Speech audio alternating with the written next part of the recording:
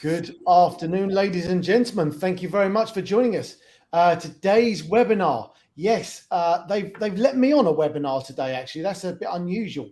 So you've got the pleasure or displeasure, depending on which way you want to look at it, with me for today. So my name's Andy Hooper from Global E-Commerce Experts, and we're here to successfully expand e-commerce brands into Europe. Now, today is a topic that I'm really keen to hear a lot more about, because we know it's something that's happening all the time. You can see it wherever you go, whether you know you're seeing it or whether you don't know you're seeing it. And it's where I believe the future of marketing, or certainly a portion of the marketing, is going to be going. So today I'm joined by Gordon. Gordon, are you there? I am, yes, and it's lovely to see you. Indeed. Thank you very much for joining us. So for the benefit of people listening, where are you based? I'm based just outside of Cambridge, in a lovely part of the world. So we were just saying before we came on air, I've got sort of 4 lakes on my doorstep here. So it's a beautiful, tranquil part of the world. And we're all incredibly jealous about that right now, because some of us, all of us will be living in different parts of the world and not always have the tranquil lakes and everything else. So we're all very jealous. And I'm guessing during lockdown, that was a pleasure. Yeah, no, it was. It's really nice, actually. I mean, it's not to say that I don't come down to London quite a bit, because a lot of people I work with and I'm getting involved in lots of events, of course. But yeah, you're right. During lockdown, when not much was happening, having somewhere nice to walk around and chill out and listen to podcasts. I'm a podcast presenter myself, so it was quite fun to listen to other people's ones as well. Fantastic. I have to say, that train into London, for anyone that doesn't know listening, there's basically a train that goes from Cambridge into Liverpool Street. And it used to go past my house that I had as a kid, literally straight past the house.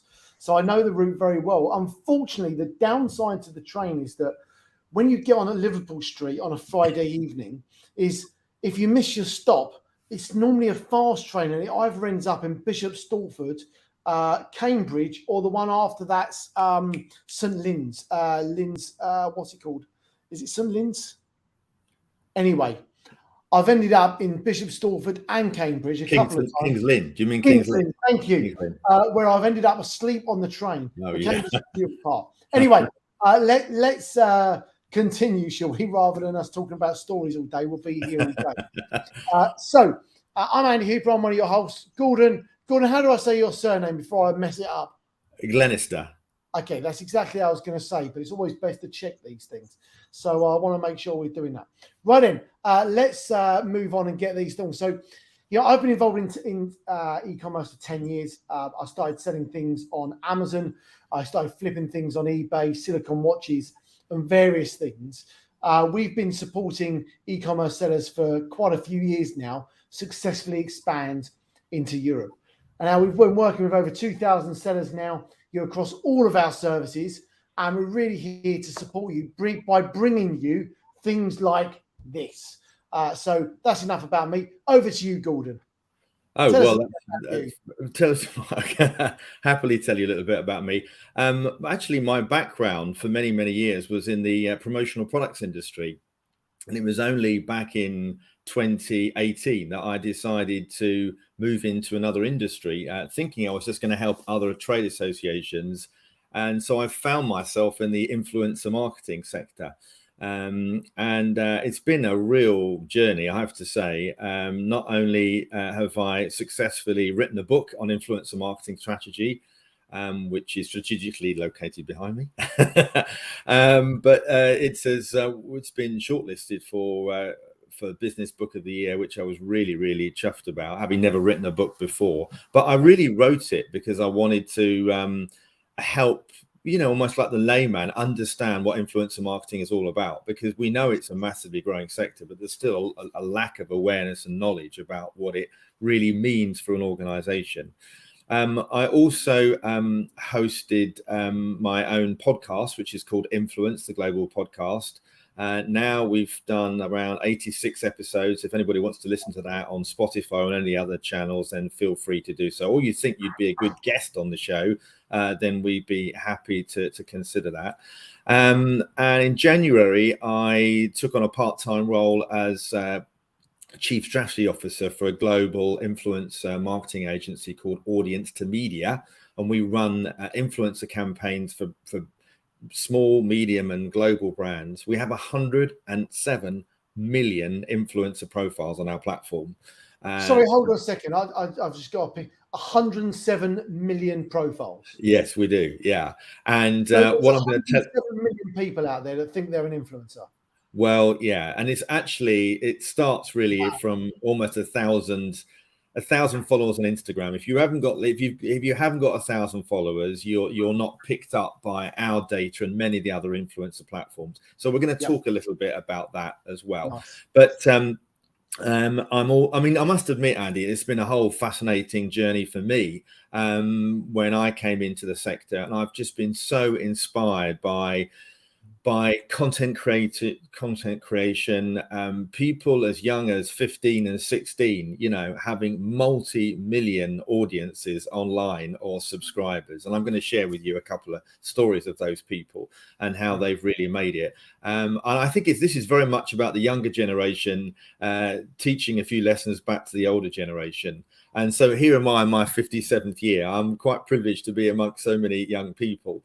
But I also think, importantly, I play a really important leverage between a lot of these younger influencers and a slightly, dare I say, older profile that is business savvy, but not necessarily understanding how to really connect with influencer marketing. And I think that's where I've played a really important role. But yeah, I mean, that's a little bit. And obviously I was very much still involved in the membership sector as well as the founder of Membership World. So there's a little bit of background on me. Well, I'm even more excited to listen to this now, because I think the more we've developed as a business and seen the world change, what I'm seeing is the roles that people play in the adaptation. So one of the things that I've always used is something called the Dream 100, which is basically, instead of selling your product to 100 people, you're selling your product to the top 100 people who are already talking to your audience. So each one of those people could be talking to 110 or 1,000 people, wherever that is. And essentially that's influencer marketing. It's about it's about working with somebody who's already working with your audience. Now we've done that with partners. So we've worked on the top 100 partners that we can work with that are already working with our audience. But actually, one of the things we've just adapted into our new business plan as we come into the new financial year next month is, how do we work with the top 100 influencers, not as a different strategy? Because it's not a strategy we've toyed with. So this is going to be super relevant. Hoping everyone's got a pen and paper to take some notes, because I'm sure there's going to be some great content here that people can get onto. Right, let's move on. So GE, how can GE help you with your support and everything else you're doing? Well, look, we successfully expand e-commerce brands into Europe. We're a turnkey solution that helps anyone expanding into a new market really basically do it successfully. We can do everything under one roof. You don't need 20 agencies, 20 service providers. It all comes under one business. Now, the key thing we've put out here is about account management. We really, really focus on our account management to help you best use your pay-per-click, your optimization, SEO, and everything else you need. But I'm going to skip over that because I'm so interested in what Gordon's got to say. I think that's going to be much more important. So Gordon, I'm going to hand over to you if that's okay. Yeah, no, absolutely. And so really what we're going to cover today is creating a strategy that really works for you. And this is only going to be, bearing in mind we've only got sort of 45 minutes together, everybody. It's only going to be a sort of a top line level, but there's still quite a lot of content that I'm going to share with you. If you've got any questions, feel free to put them in the chat, which I'm sure Andy, you'll raise with me before the end. My email address is on the bottom as well. If you want to connect with me on LinkedIn or Instagram, or go and have a look at my website, then feel free to do so. So yeah, 3 big areas we're going to look at: creating a strategy that works for you, how to find the right influencers, and evaluating your campaign. So, influencer marketing, why should it be integral to your marketing plan? Well, just to give you an idea of its rise, with it 2016, it was valued at an industry of around $1.6 billion if we look at it globally, and it's set to top 16 billion this year. There are more brands, global brands and small to medium-sized brands now considering influencer marketing more than ever. And that, you know, if you're not thinking about it, then the chances are your competitors are. And it should be an integral part of your marketing mix. But it's important that you understand how best to do it. And does it fit within your marketing team? Does it fit within your PR team? Does it fit within your sales team? I also have a view that it's not just about using and working with influencers. It's also about trying to become a thought leader and an influencer yourself. I actually run a program about actually how to do that, because I think the more we understand it as individuals, the more that we understand that the behavior that we are doing and why we are, you know, connecting with individuals online, it will actually help us within our business. So when we think about an influencer, so often you'll be thinking, oh, is that a typical Instagrammer, a 23-year-old Instagrammer? Well, actually, no. And it just follows on from the point I was just making a second ago. You know, an influencer has the ability to change the behavior of others, you know, often through content creation or knowledge. And therefore, you know, there are other individuals. I mean, Andy, you don't see yourself as an influencer maybe, but you are somebody that knows a lot about a sector. You've influenced a lot of individuals in your space, and you've run substantial businesses. It's what we do with that influence that really matters. And you can see here from this chart that, you know, influencers come in all shapes and sizes. Not everybody wants to be called an influencer, funny enough, because some of the mainstream media has not been necessarily favorable to the term influencer, and yet it's still a very, very powerful word. A lot of influencers that I know will often refer themselves as digital creator, content creator, entrepreneur, you know, and journalists are often influencers, and a lot of other people's coaches and speakers. So don't just think because somebody is not called an influencer, you can't work with them to help and grow your brand. So let's have a look a little bit more about what that strategy might look like. I think it's important to mention what actions we take. And you'll see in front of you a graph which really just shows you, even though I can't see it in full detail, that you know, the behaviors of why we're following something. And it might well be, I think there's three things that I often talk about, which is content should be educational, inspirational, and entertaining. Right? And as long as it's those three things, or a combination of those three things, you're going to find it work way, way better than anything else. Unfortunately, this world of self-promotion and buy from me really doesn't cut it anymore. You know, when you're looking at Facebook or Instagram and you're looking at stories, why do we hit subscribe to something? Why do we share something? Because it's having an emotional experience with us. So if your content actually can play to that, ironically, cat and dog videos are amongst the most shared content of all. And I was talking to somebody just the other day. I said, look, if you want to sell your product, just bring your cat and dog into the video and you'll see actually it will do very well. News as well, surprisingly, amongst younger people, they're not looking at mainstream news and the BBC, which is why you're finding people like Sky News and BBC are now on TikTok, because they want to try and educate that younger audience into their news channels. And again, one of the reasons why some of the mainstream media has been critical of influencers is because, you know what, they're losing a lot of ad revenue. If you think about some of where we're spending our money, we're spending it in different ways now. We're definitely spending a way lot more on the influence marketing sector, particularly channels like TikTok as well. So you can see from the chart, there is a number of ways in which we are inspired by different types of content. Something I say to people, it's better to do a few things really well than actually just try and post a piece of content because, oh, you think it will do well. Yeah. Don't put up content just because you think it will.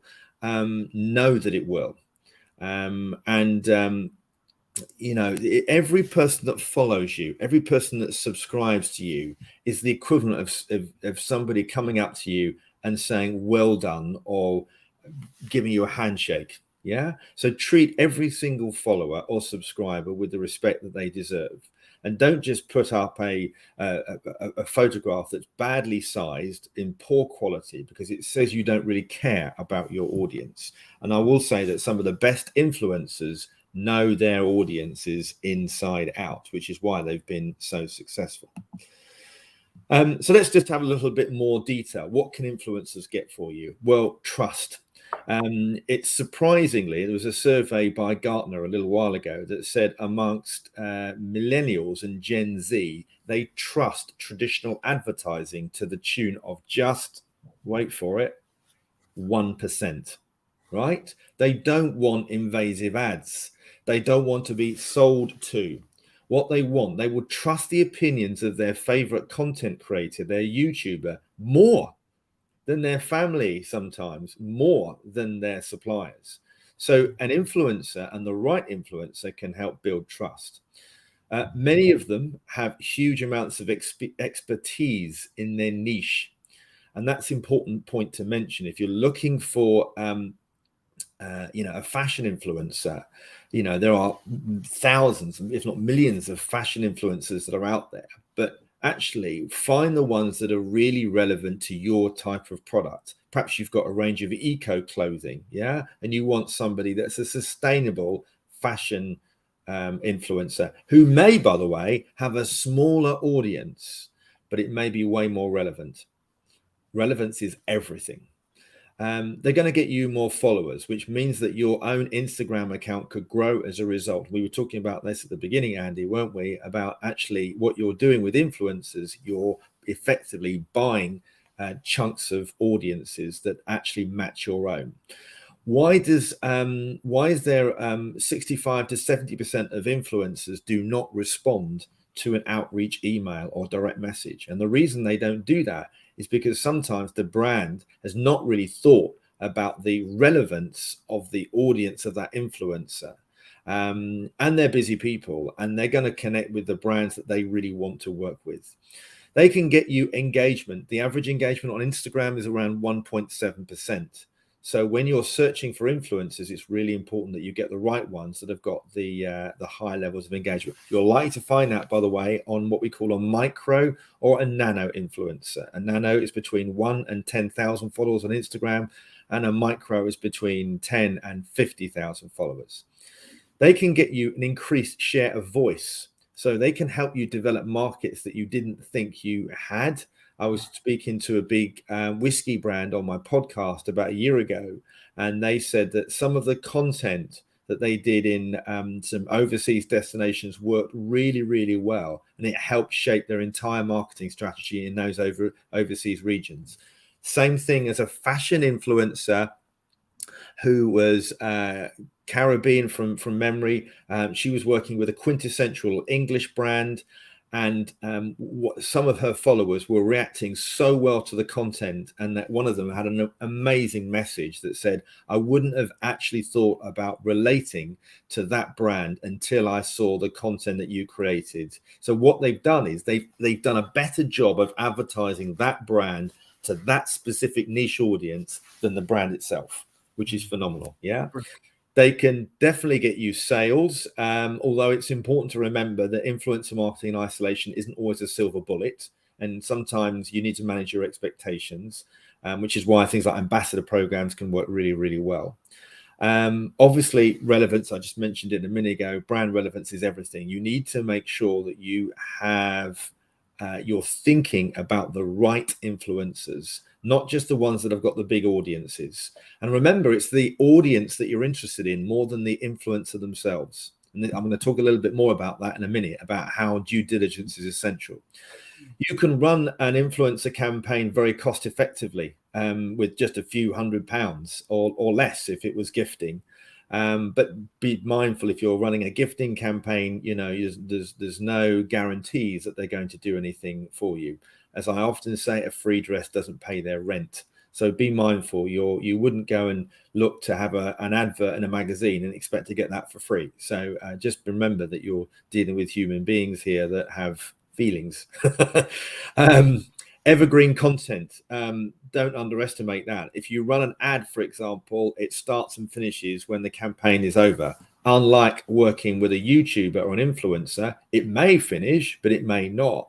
Chances are that people are still going back to that content, you know, months and even years afterwards. So you are getting a reoccurring brand message. And of course, this authentic storytelling. It's somebody else telling your brand about the features and benefits in a way that actually will only add even more trust to the audience. So yeah, just move on. Right. First of all, we need to think about setting some goals, because what gets measured gets managed. Right. An influencer campaign that has not got proper goals may fail. So think about what it is you're trying to do. Are you trying to just get more eyeballs? Therefore, you might look for an influencer that's got more followers. Are you looking for sales, direct sales action? Therefore, you might decide to use an influencer that has a higher level of engagement. Are you looking for repeat custom? So you really want to build maybe an ambassador program that involves a number of individuals. By the way, there's nothing to stop you creating a program that might involve some of your regular top customers immersed with influencers together. So effectively one play off of each other. Are you just looking for awesome content? So for example, there are some amazing videographers and photographers out there that people actually don't necessarily want to use them for the first two items on there. They want to use their content in their own websites, you know, social media plans. Do you want to drive SEO and backlinks? So that could be another area. Like I say, with all goals, they should be smart, you know, specific, measurable, achievable, realistic, and timely, you know, making sure also that you have a proper budget. And that's a question I get asked all the time. You know, if you want to do something, how much should you allow for it? You don't have to start. What I would say is you can start small, test and measure, and then scale up. But equally, if it's too small, it's not going to move the needle either. Do your research. So have a look at your competitors, see who's following, see who the types of individuals that are following your competitors. They could be really, really good. Have a look at the hashtags that are trending specifically in your product category. There are lots of tools out there that enable you to find out about that. But really do your research. I say this to people all of the time, and it includes influencers as well. So how can you engage with them? There's a number of things and activities. I mean, it's not just about sales. There are a number of ideas. You could create some joint branded ebooks together with them. You could invite them to be a guest on your blog, write a blog for you and post it on your site. So therefore they are sharing it. These individuals are also social media savvy. There's no reason why actually you can't have one of them work with you to run the campaign over a 6-week period. So what we call a social media takeover. Obviously, one of the most popular ways to do this is through Instagram stories, posts, TikTok, of course, as well, even Twitter and Facebook, all of which can be very, very popular. You can use them for new product launches. What I think works really well with new product launches is to build some anticipation. So if you're going to launch something with an influencer, set a time and a date. Almost like if you think about great content of film, we have trailers, don't we? So it's coming soon. Yeah, it's almost like a countdown. Don't forget, guys, it's 3 days before our big launch. It's 2 days. it's 24 hours, it's 6 hours, it's anything that builds that anticipation, and you'll find actually you get a far greater level of response. And if you are going to work with influencers, actually don't decide everything without consulting them first. They don't want to just be amplifiers. They are creative people in their own right, and they may well be in a position to be able to say, well, look, this is what we could do together. So actually perhaps have a exploratory Zoom meeting or something to bounce those ideas around. You can run competitions and contests online. They can be very good. And many examples of those that have gone viral. I mean, look at the what was the water thing that people threw all over themselves? Oh God, do you remember, Andy? What was the one? Ice bucket challenge. That's the one, ice bucket challenge. Yeah, and hugely successful, wasn't it? And that raised millions for a very good cause, which actually springs nicely to the other point I was going to mention. If you can connect and run a campaign that also supports a charity, that will not only are you then investing and getting the charity's audience, but actually people feel good about doing something for good as well as enjoying the experience. You can do things like shout outs, brand mentions and shout outs for with influencers. You can definitely invite them to events, either as panels, if you're running a little pop-up event maybe, or you are wanting to just showcase your products at another event, but you'd like to invite the influencer. So if any of you, for example, are exhibiting at maybe the Ideal Home exhibition or a big event at Birmingham, there's nothing to stop you inviting an influencer along here, and there's a chance that you could probably get a billing on the stage because you've brought an influencer along. I interviewed somebody from the Only Way is Essex a few years ago at the business show, and we had 400 people attend that. There was standing room only, and a load of people came to the event just because it was Lauren Pope, actually, just because she was there. Now, a lot of people don't know this, but she runs a very successful hair extension business as well. So that was really great for her to talk about not only her story as an ambassador, but also her own business. If any of you have got podcasts, you could definitely invite an influencer on there, or you could pitch yourself to go on to an influencer's podcast potentially, but always be mindful of the type of audience that they want. And so what angle could work well, like we're doing here, running a joint webinar and going live is a really good idea to do that. Creating longer term ambassador programs. I'm going to share an example of one of those in a few minutes. Video tutorials are a very popular way, and we've seen a lot of those, particularly on YouTube and more increasingly on TikTok. So inviting you to do a tutorial or a demo with an influencer, or when they do your product on their own. You know, it might be a cooking product that can work really, really well. And of course, you can use influencers for gifting as well. But as I said earlier, there are no guarantees that they're going to be doing something for you. And what I find a bit of a shame is so often brands that, or even through PR agencies, these guys get sent loads and loads of stuff. And I've actually been in the homes of some of these people, and it's like piles of stuff that haven't gone anywhere. So, you know, this is all about relationships, isn't it? If we're trying to create and build trust with people that want to sell our product, you know, you think about how much time and effort you would take to recruit somebody in your own business. So, you know, think about that when you're talking about an influencer. They're going to sell and promote your product. You want to make sure that you're working with the right people. So that leads me nicely on to where you're going to find influencers.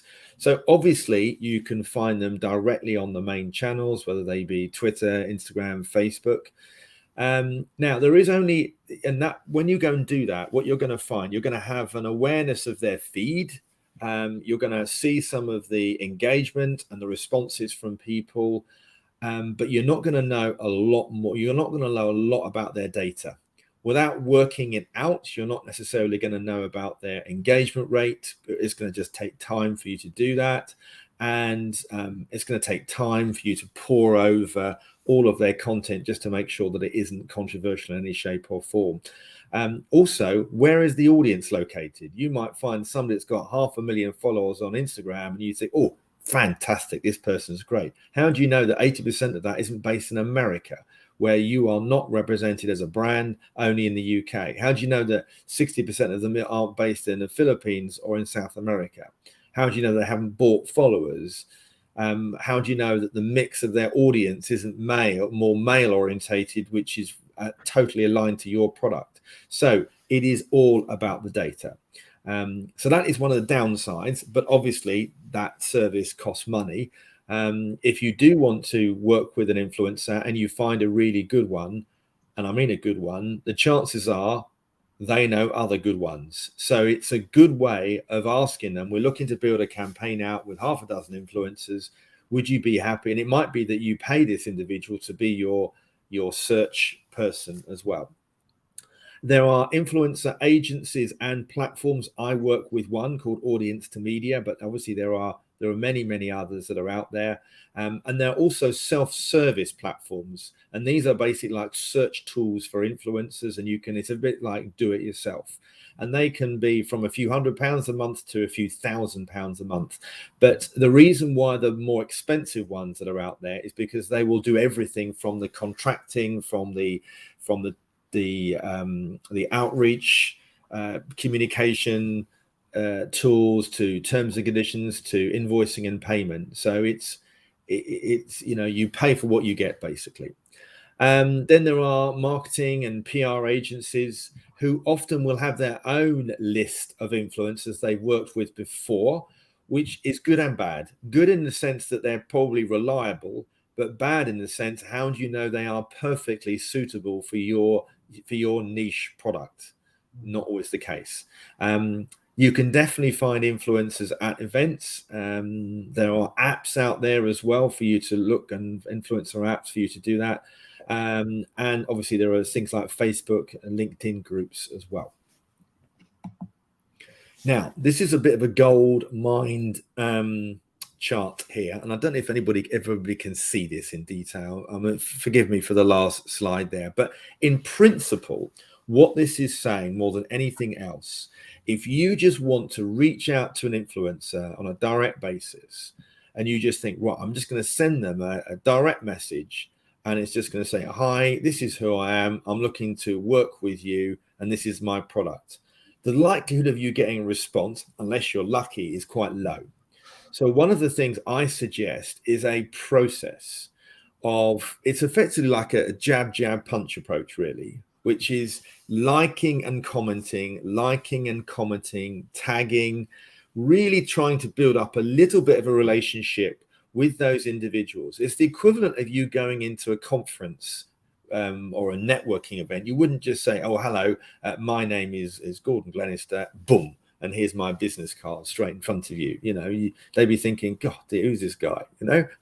So in a way, it's about building up that relationship, and it's exactly the same with influencers. So you can see here that what we're trying to do is move from a light touch approach to recognizing the influencers, to activating and working with them, to ultimately developing advocates. Because what you want is individual influencers and fans. That's what you want, is raving fans, not just amongst your consumers, but amongst your influencers as well. Because you really want those people that would have gone and bought your product even before they've spoken to you. Yeah.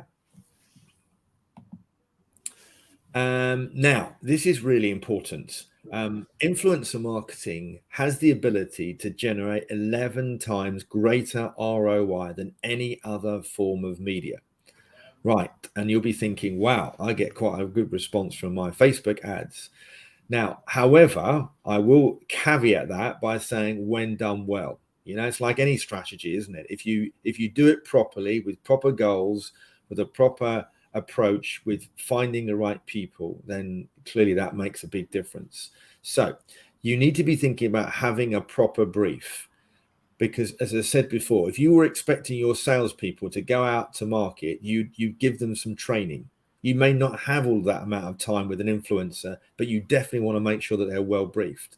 And that would include everything that you see in front of you, the contact details, a little bit about the company, what your brand features and benefits are, your guidelines, what your ideal target client is. Maybe that's a bit of a mood board. the type of content that you would like. Now, there's nothing worse, the influencer, that going and creating a YouTube video only to go and find that, oh, that's not what I wanted. Well, actually, they don't want to waste their time as much as wasting your time. So the more specific you are, the better. Another thing that's crazily important is pronunciation. For example, is it Nike or Nike?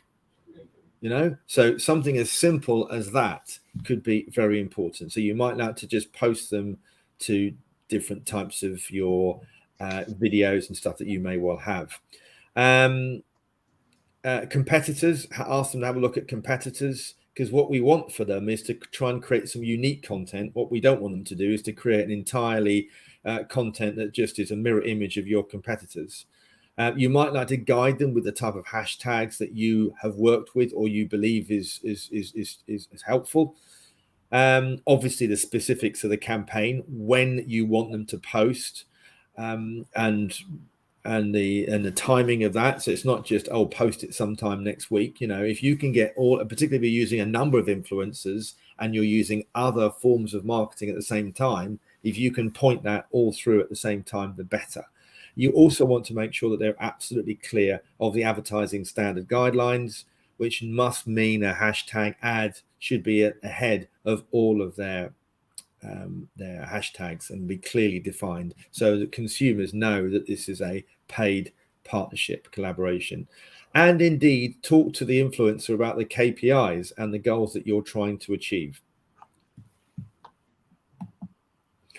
Now, what does it cost to hire an influencer? I mean, there are so many variables, and that's why this is just an example of something in relation to Instagram in dollars, just to give you a sort of a global perspective on it. But it really does depend on the type of content. Videos will often be charged more because they take time. If you are going to ask the influencer to go out for a photo shoot, you need to be considering their travel expenses as well. And the amount of time. Largely, it's all about the amount. If you're just asking for an influencer to do a product shot in their own home, the chances are that it will be a lot less cheaper than if you were to go and do something that's a bit bigger. Now, that's not to say that some influencers don't do stuff for free. Never assume they will. I'm a great fan of paying for influencers, because actually, if you create a proper business professional relationship with them, you're likely to get better output. Because at the end of the day, what do we want? We want a response. We want things to happen as a result of it. So yeah. As I said earlier, it's the influencers' followers that matter. Data is king. So some of the things now that you can, by working with an influencer platform or an influencer agency like Audience to Media, we can find out a huge amounts of data. So for example, we can find out the gender split of that audience, the geolocation split of that audience, the quality of their audience. So we would not put forward somebody for an influencer campaign that doesn't have a quality score over 80%. And what that means basically is because we want people are going to be highly responsive to their audience. Therefore, they're likely to convert more sales if they have got a better quality audience. Now, it's fair to say that some of the bigger influencers out there, we all suffer from bots. So if anybody's following you that's got 0 followers or very, very low follower count, and it looks a bit funny and suspicious, they're not worth the follow. Delete them, even as individuals. And that's what, content is king at the end of the day, as well as data. But if if it's the right content that the influencer is creating, they will attract the right audience. Sometimes, unfortunately, it's the overuse of hashtags that creates this rubbish, direct messaging from people that want to try and promote all sorts of things. Under no circumstances should anybody be buying followers, buying views, buying comments. That's a recipe for a downward spiral. And obviously, what you can also find out from this data is what the interests of those followers are. So again, that's really, really helpful. If, for example, you don't want to use an influencer agency, or you haven't quite got the budget to consider this, you find an influencer, but before you engage with them, ask for their media kit, and any good influencer will have that. That's like a CV of the types of brands they worked with, their followers, what platforms they're on, a real great root and branch overview of what they can do. You also want to have a look at the amount of organic posts versus promoted, because what you don't want is almost like a market trading influencer that one week is doing this product, another week is doing that, because it therefore, what the most important thing to an influencer, let me be sure, is keeping their audience happy and engaged. The second thing is being rewarded and paid for what they do. Because actually, if they don't have the right audience that's happy, if they're losing lots of followers, any campaign doesn't work for the brand. It doesn't work for the influencer either. And that's not what they want. Did you want to say anything, Andy, or not? No, it's fine. Okay, that's all right. You're just pausing. I was just talking briefly about an ambassador program. These are really, really great things, and we've had many examples of global brands now that have based their entire marketing strategy on ambassadors. Glossy is an example of one, and you can see beneath you different ways in which they have engaged with their ambassadors. But what's really important is that you understand and you have a strategy for them, because sometimes an ambassador program can start all bells and whistles, but unless they've got somebody managing and working with them, they can fizzle out. So one of the things I always say is put a member of your team devoted entirely to developing and running the program. And immerse them, perhaps set up special VIP events for your ambassadors. That's what some of the beauty and fashion brands do really, really well. They create environments for exclusive content. This is really important for brands. Anything that you can do, that you can create maybe a behind the scene option for the influencers to come to your premises, see the products being made and be immersed in it. That's invaluable rocket fuel. Definitely something to consider as well. Don't underestimate the power of TikTok. People are literally blowing up on TikTok way faster than any other channel. Remember what I said earlier, if you can create entertaining content, educational or inspirational content, 80% of online traffic is now video, and TikTok allows you to do that really, really well. So there are ways in which you can work with TikTokers. And by the way, it's not just for 23-year-olds. I've just written an article in today's London Evening Standard, which is all about TikTokers over the age of 40. So there's hope for all of us. But yeah, you can also run ads, of course, and that's another very important area that I haven't yet mentioned. What works really well, and something that we do at Audience to Media, is amplifying influencer content by paid ads. It has a far higher level of engagement than just traditional banner ads do.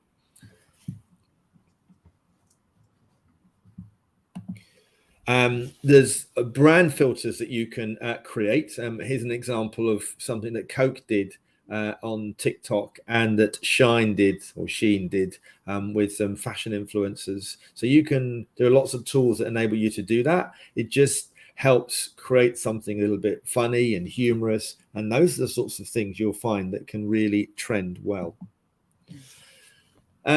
We cannot not forget live stream, and let's be honest, Amazon and Alibaba in 2020 put an advert out for 100,000 influencers that they were looking for, realizing the power that these individuals have within their own audiences.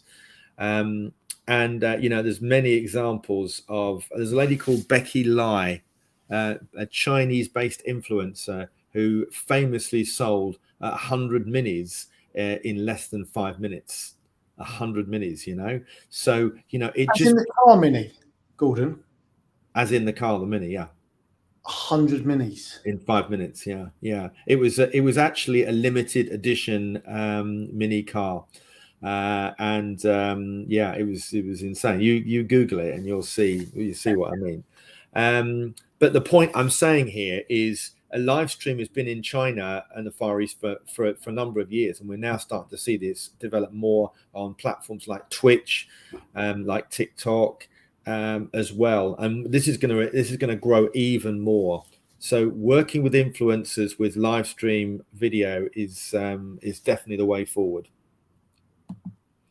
One thing I think is important you should consider with all content is be consistent. If you can't do something consistently, like oh well, I've done a TikTok video 2 weeks ago, or I'm going to do a tweet this week, you might as well not bother.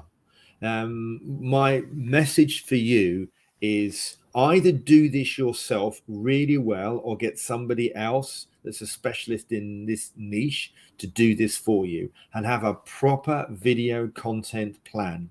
And you can see in front of you some of the examples of how you can do that, so that actually every Tuesday, I mean, on my Instagram, for example, every Tuesday I have a little what they say, which is like a testimonial for some of the people that I've worked with. But whatever you do, have something regularly. You also should have something I called a weekly moment. Now, my weekly moment is 8:30 to 9:30 every Wednesday morning on Zoom, through my Facebook group, and I call it Influencer Marketing Secrets. And that's the time I'm available to anybody and everybody. We have a very informal, it's like a coffee morning. We share loads of ideas and tips, great content, great speakers. But I do that religiously every Wednesday at 8:30. So there's loads of people that can't make that, but they're still aware that I'm doing that. So what you're doing is, if you're going to launch something, or you're going to have a newsletter, or you're going to upload some videos, tell people all of the time, Thursday at 7 o'clock, that's when we'll be online. Or you're going to do a live, for example, but make sure that you do it at the same time every week, even if it's for 5 minutes. Yeah. Zoella is an example of somebody that actually used to promote somebody else's product. Now she's promoted she's got a very, very successful makeup brand. Look at Kylie Kardashian. Look at how massive her own beauty and cosmetics brands are. So what we've been talking about before is largely about promoting your products through influencers. Now, another extension, a massive growth area, is to work with an influencer and create their own line through your products. Yeah, which is effectively allowing them to take a much bigger slice, and a proper, e-commerce opportunity that you could really, really develop, which I think is super exciting. And because I tell you what you will find is a lot of influencers are amazing at creating content, amazing at building audiences. Dare I say, not always great at understanding the business process or the behind the scenes of getting products from source to consumer. So collaborations with influencers, like we're seeing now with the likes of Shein and Boohoo, who are now realizing that actually by creating a line for these influencers is definitely a way for them to get more brand awareness and more sales, not just for that line, but in the wider mix as well.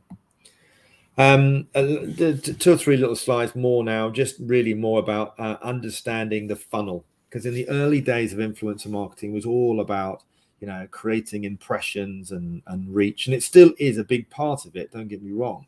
But what we're now starting to see is, by clever marketing tactics, we're driving click-throughs, we're getting forms completed, we're driving user growth, which is following all the way down to promo codes, affiliate links, sales, and so much more. And then if you want to just you can read those as quickly as I can say them. Have a look at the metrics that an influencer campaign can create for you. You know, what I said, and I've said it a couple of times, what gets measured gets managed, you know, so make sure that you have proper goals and have a look at this. You know, I will say sometimes your first campaign may not be your best campaign, but you will learn so much from it. And you will also learn a lot from the research that comes out as a result of it. A lot of brands are now actually not necessarily looking for sales. They're actually putting pre-production products in front of an influencer audience to get some ideas about what type of products and services may well work. And I just want to leave you with an individual who, a lady called Tiana Wilson, and she runs a YouTube channel called, which is all about toys and me. And bearing in mind, she's about 14 years old. She has 16 million followers on her YouTube, two accounts, I believe. And in 2018, the company that worked with her did a pop-up event for 2 days in Bradford Shopping Centre, and over 20,000 people came to see her. And I might add, it even got into the mainstream or local press, should I say. Hundreds queue for 5 hours in the pouring rain to meet youth star Tiana from the Wilsons, in which, you know, and she's selling something every 20 seconds. I think the average retail value is about 50 or 60 pounds a pop. So this is the power of influence. So just to finish then, if you want to find out more about me, obviously listen to my podcast. If you want to buy my book, or you want to run an influencer campaign, feel free to reach out to me. Any of you are welcome on my roundtable event, which is on a Wednesday morning, or you can join the free influencer marketing Facebook group. Yeah, I'm on LinkedIn, Facebook, Instagram, and Twitter. And so I hope that was helpful for you and your audience, and be happy to answer any questions. Gordon, that was brilliant. Thank you very much. I'm going to fire away with a whole load of questions, but I've got anyone's got any questions, please pop them in and we'll start those. I mean, I just want to pick out a few key bits that I've definitely taken away. I've got a whole page of notes here that I've been writing as we go on. I mean, the sort of the strategy piece, I think, is really key for people to understand. Making sure you got a strategy for wherever you're going to spend money. Absolutely. Is absolutely crucial. So that's the first thing. I think people don't always have a strategy, a process. What does the ROI look like? How are we going to measure this is really, really key. And I think you talked about having content that was educational, inspirational, and entertaining. But you're going to need all of those things to create that emotional experience you talked about, to work with the influencers. You know, you can't just say, hey, I want to work with you. I ain't got a clue what I want to do. So I think it's really important you've got some of that. And I think one of the things I definitely liked, and for our team listening, and Hannah definitely for our marketing team, the ambassador program. I mean, I love that. You're working with someone. I guess what you mean by that is you're working with someone over a longer period of time that you really bring into your community to really support them and them support you to build a really cool relationship. And the most important thing with that is that the followers of the ambassador then get to see that brand way more times than if it was for a one-off 6-week campaign, you know. And that's why they do it, quite frankly, because also the ambassador is more likely to have a wider knowledge of your product range, because it's not just for a short campaign, it's for which is why I think it's so important for the brand to educate the influencer, because a well-educated influencer is in a better place to put their own spin on your product and service. Yeah, I'm playing those things around in my head now. You know, we've grown through partnerships by having a partnership with someone who's got the same audience as us. Your influencer marketing, what we're talking about here, is very, very similar, and an ambassador program would essentially just be another partner. Like you just got to look at it from a slightly different lens view, is my take. What it can also do, though, is there are very successful ambassador programs that are a mix of consumer fans and also so that what I would call the existing top customers that would love to be associated with that sort of influencer campaign. So what you could find is that you are recruiting people from your own customer base to build an ambassador program supported by influencers as well. So you get influencer reach and exposure, but you also create this exclusive community and recruit. We you can almost imagine it. We're so pleased to inform you that we'd like to invite you to be one of our ambassadors. So you're almost recognizing your customer base. They feel honored and valued, and then they get to talk to their friends about discounts that you might like to provide for them, and so on and so forth. And then you've got some really exciting content to be sharing with those people. Nice, fantastic. Right, let me. I've got a few questions that have come through. I'm just going to read them. So, first one: can every business or product owner use this marketing tool, or is it a best fit for particular brands? No, I mean it's. I mean, if you look at the big categories, they are beauty, travel, food and drink. Property is huge with influencers as well. Where there's lots of competition, it can be very successful. When it's if you were selling pipes for a living, I would say maybe a little bit more difficult. But it's large, but I wouldn't underestimate, by the way, the B2B space either. So, I mean, largely we're talking about retail products here, aren't we? Well, as opposed to business to business. But yeah, I think that there are many categories that influencer marketing can work well. It's all about finding the individual that has a voice in your sector. And by the way, it doesn't need to be many. It doesn't need to be, we need 100 influencers to run such a campaign. You might find that there's only a handful, but they are bang on profile for you. And if they are the right type of people, really think about that outreach proposition I shared a few moments ago. Don't just dive in, because once you've sent your first direct message, if it doesn't get a response, it's far better than finding the people that you'd love to work with and then using that sort of tag, like and comment, and said, I've been watching, I've been following your content for a while. I think you'd be a fantastic fit as a potential collaboration for our company. I'd love to talk more about some ideas that we have around a specific product. Would you be open for a conversation? Yeah. Very open, engaging, piquing their interest, that sort of stuff. Nice. Okay. And another question here. Do you class yourself as an influencer? And if so, what is the one thing you would have focused on more in order to build your successful personal brand? Good question. I would probably say that I'm an influencer within the influencer marketing industry and indeed in the membership sector as well. The reason why I'm particularly interested to be associated with the influencer marketing industry is because in 2018, I knew nobody from the sector. So I've always been a view that says, find the godfathers in an industry. Align yourself with a trade association or with the people that run Facebook groups. Align yourself with editors of magazines. Think about, in fact, I'm going to tell you a great word, which I didn't mention in the presentation. Who is in your circle of influence? Who are the people that you would love to surround yourself, that have got your back and have considerable influence? And it might only be a handful of people, but those are the people that are going to help you grow and develop your own influence. Fantastic. Lovely. Last question I think I've got, and we've got time for.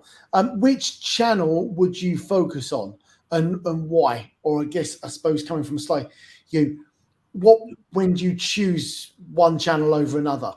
It really does depend on your product category. I mean, I'm largely, when we're talking about the products and services that we've got here, I would imagine Facebook, Instagram, and TikTok. But that said, I interviewed somebody on LinkedIn recently who's had a phenomenal success with men's shoes on LinkedIn.